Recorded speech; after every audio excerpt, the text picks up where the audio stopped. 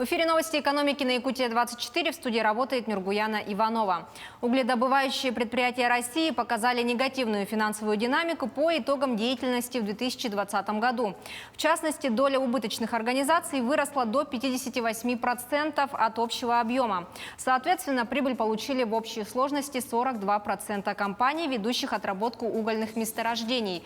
По данным Росстата, совокупный убыток таких компаний оценивается в 142 миллиарда рублей, что в 2,5 раза превышает финансовый показатель 2019 года. Прибыль организаций, обеспечивших положительную динамику, составила 105 миллиардов рублей, снизившись на 32%. Таким образом, общая отрицательная сальдо прибыли и убытков по всем компаниям достигла свыше 37,5 миллиардов рублей. Такой результат обусловлен неблагоприятной рыночной конъюнктурой. Кроме того, негативный эффект оказали ограничения, вызванные COVID-19, которые привели к сокращению объемов добычи. Так, всего в 2020 году было добыто 401 миллион тонн угля. Нефтегазодобывающие предприятия в 2020 году также показали неблагоприятную динамику, однако сольдированный финансовый результат в данном сегменте остался положительным и составил порядка 2 миллиардов рублей. Продолжение темы. Объемы добычи угля в Якутии за 2021 год вырастут почти до 40 миллионов тонн.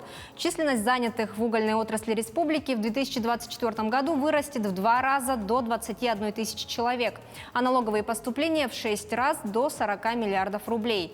По данным Минпромгеологии республики, с 2010 года добыча угля в Якутии выросла в 2 раза и составляет 20 миллионов тонн. За 2021 год объемы также возрастут вдвое до 39 миллионов. В 2024 году планируется выйти на уровень до 80 миллионов тонн. Власти республики рассчитывают увеличить показатели по добыче угля уже к сентябрю этого года за счет угледобывающих компаний «Колмар» и «Эльга-Уголь». По итогам 2020 года горнодобывающая компания «Полиметалл Интернешнл» увеличила капитальные затраты на 34% до 583 миллионов долларов. Как следует из отчета предприятия, рост вложений связан с вовлечением ускоренных инвестиций в проекты для снижения влияния пандемии COVID-19 на график их реализации. Исключая затраты на проведение вскрышных работ на действующих активах, капитальные затраты «Полиметалла» в 2020 году составили 508 миллионов. Основная статья расходов пришлась на нежданинское месторождение в Якутии. Компания вложила в проект 129 миллионов долларов, что составляет около 22% от общего объема капзатрат. Инвестиции были направлены на приобретение производственного оборудования для будущей фабрики. На втором месте по капиталовложениям актив, расположенный на территории Хабаровского края, Амурский ГМК.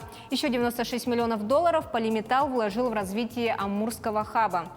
Отдельно отметим, что суммарные затраты на геологоразведку в прошлом году составили 35 миллионов долларов против 46 миллионов в 2019 году.